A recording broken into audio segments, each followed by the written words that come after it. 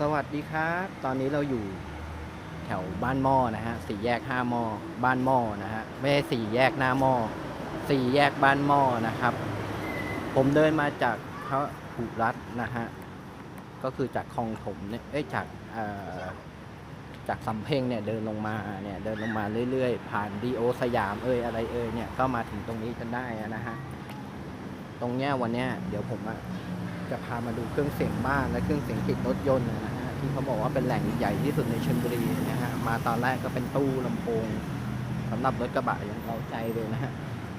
เคยรู้มั้งนะฮะว่าประวัติของบ้านหม้อเนี่ยผมเตรียมมาละอ่านมาละ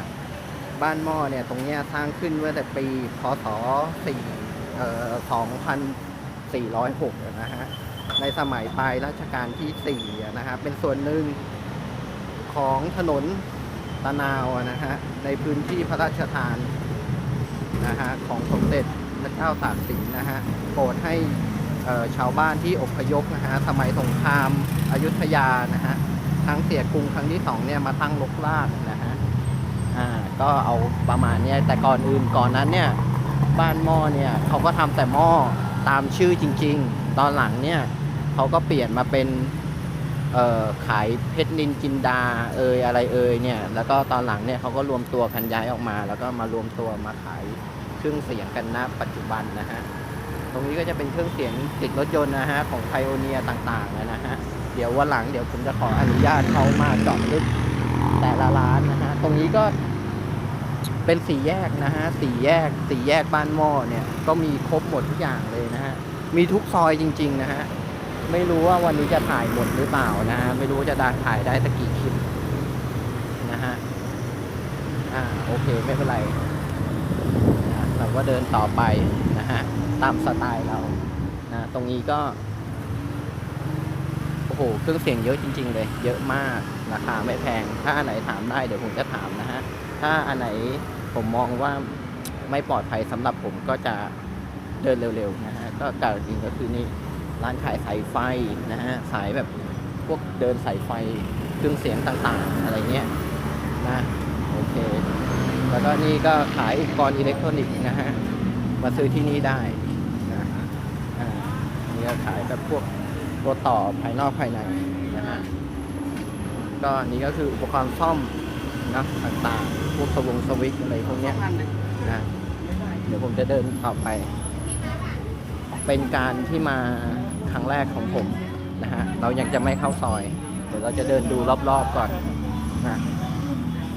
นี่อะไรเนี่ยมอเตอร์พัดลมหรือเปล่าเนี่ยมอเตอร์พัดลมอ๋อ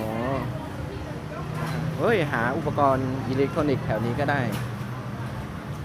นี่คือซุ้มร้านขายแบบ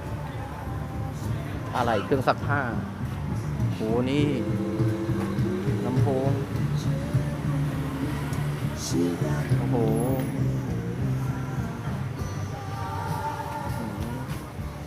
ดีมากนะฮะเดี๋ยวเราจะเดินดูรอบๆก่อนนะฮะในทั้งแบบ4ซอยเนี่ยในทั้ง4แยกที่ผมบอกเนี่ยนะฮะเรายังไม่เจาะลึกนะฮะเดี๋ยวเราจะเจาะลึกไปต่อไปเรื่อยๆนะฮะตอนนี้เราเดินดูบรรยากาศไปก่อนนะฮะมียันลูกชิ้นทอดน่ากินนะฮะก็เดินต่อไปเรื่อยๆตรงนี้มันก็จะเป็นร้านทองเพราะว่าก่อนนั้นตรงนี้ขายเพชรขายอัญมณีเก่ามาก่อนนะฮะก่อนที่เขาจะรวมตัวมาขายลำโพงกันนะในประวัติเนี่ยนะฮะ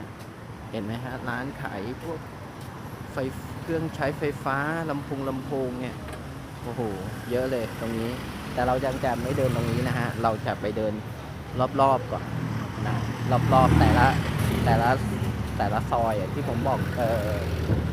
แต่ละแยก4แยกนะฮะอันนี้ก็พวกนี่โซลาร์เซลล์นะฮะดีจังนี่ก็โอ้โหนี่ยังกับแผงพระนี่ซ่อมได้ทุกอย่างเครื่องใช้ไฟฟ้าอุปกรณ์นะฮะข้างๆนี่มีขายอะไรเสร็จสับเลยไม่ต้อง ยืนรอได้เลยนะฮะมาซ่อมเนี่ยโอ้ยผู้หญิงยังซ่อมได้อะนะฮะโอ้นี่ครับเครื่องเสียงตู้ลำโพงตู้ขยายเนี่ย1,400เองนะฮะถูกๆงั้นเลยนะอันนี้คือซอยแรกที่ผมมานะฮะแต่ว่ายังไม่ได้เข้าซอยหลักอะไรมากมายนะ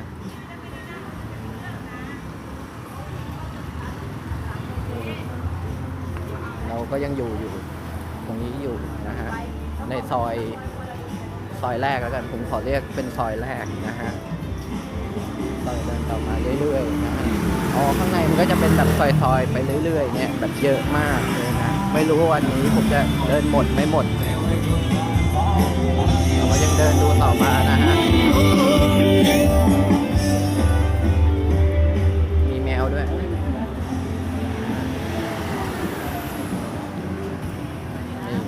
ยังมีอยู่นี่ตอนแรกผมคิดว่ามันจะมายากนะแต่จริงๆแล้วมันก็ไม่ได้ยากหลังจากที่เราไปเสือป่าก็ไม่มีปัญหาอันนี้ก็คือผมขอเรียกเป็นแยกที่2แล้วกันโอ้โหนี่ดูลำโพงแบบบิ๊กเบิ้มนี่อันนี้ power amp มีซ่อมเครื่องเสียงเกี่ยวกับใช้ในบ้านนะฮะเราก็ยังเดินต่อมานี่โอ้โหมีรถแบบเลขขายอย่างนี้เลยนะฮะ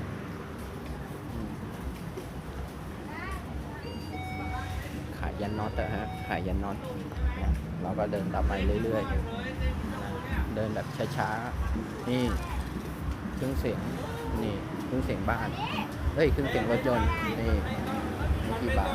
ดู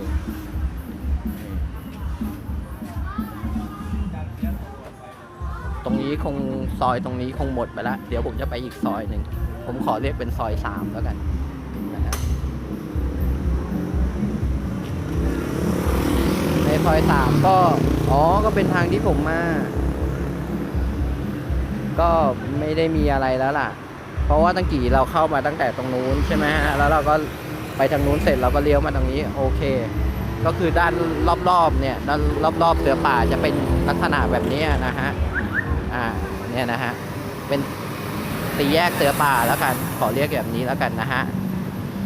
เดี๋ยวงั้นเอาแบบนี้เดี๋ยวผมจะเจาะเป็นซอยไปเลยนะฮะ